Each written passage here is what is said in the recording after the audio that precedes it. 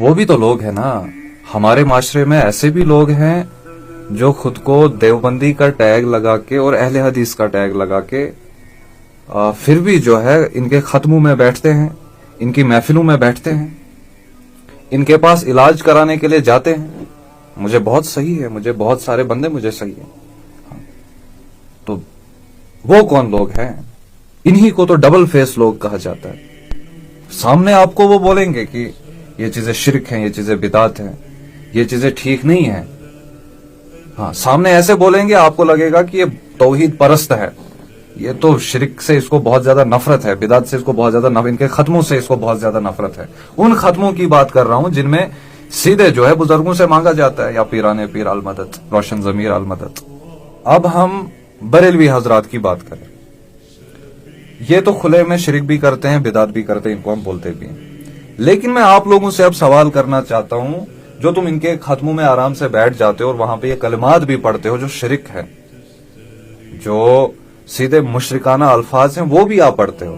اب مجھے آپ بولو, آپ تو شرک کے ساتھ آپ کی اعلان جنگ ہے, آپ کو تو پتا ہے کہ قرآن ان چیزوں میں, شرک کے معاملے میں بہت زیادہ سٹرکٹ ہے, تو آپ ان کی محفلوں میں کیوں بیٹھتے ہو؟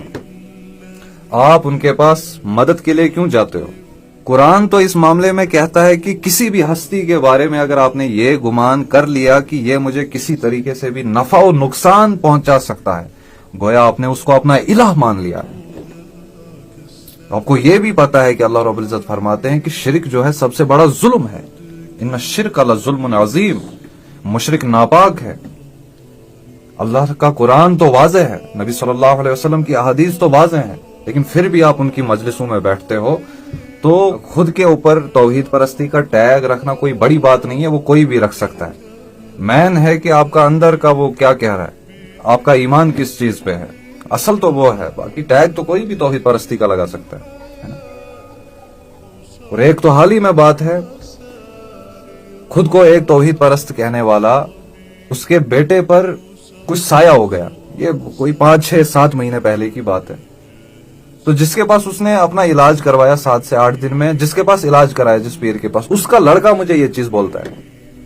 ایسے ہی میں بیٹھا تھا کہیں پہ, تو وہاں پہ وہ بھی آ گیا, کہا کہ ہم یہیں سے کسی کو نہیں بولتے ہیں, بلکہ وہ وہیں سے آیا اور اس نے ہمیں ریکویسٹیں کی کہ مجھے لڑکے پر کی لڑکی پر سایہ ہوا ہے کچھ, آپ جتنا پیسہ مانگیں گے میں دینے کے لیے تیار ہوں. اور 8-10 دن میں اس نے 80 سے 1,20,000 تک, مجھے یہ پورا یاد نہیں کہ 80,000 اس نے کہا تھا کہ 1,20,000 کہا تھا, لیکن 80,000 ہی رکھو کہ کم رقم ہے یہ. آپ تو خود کو توحید پرست کہتے ہیں نا, لیکن پھر آپ اس وقت ان کے پاس کیوں گئے جن کا آپ کو پتا بھی ہے کہ یہ ان چیزوں میں سب سے آگے ہیں, بدعت شرک میں سب سے آگے ہیں. تو آپ توحید پرست اس کے پاس کیسے گئے؟ اب آپ مجھے بولو کہ آپ ان سے بڑے غدار ہو کہ یہ غدار ہے. مجھے تو لگتا ہے آپ ان مشرکوں سے بہت بڑے غدار ہو. تو میری اس کہنے کا مطلب یہ ہے کہ ہم میں بھی بہت سارے ایسے لوگ ہیں جو خود کو توحید پرستی کا ٹیگ لگا کر جو ہے, لیکن ختمات میں بھی بیٹھتے ہیں, شرک اور بدعت میں بھی سب سے آگے, ان کی محفلوں میں بیٹھتے ہیں, باضابطہ وہ کلمات پڑھتے ہیں جو مشرکانہ کلمات ہیں. ہاں, ایسے لوگ ہیں.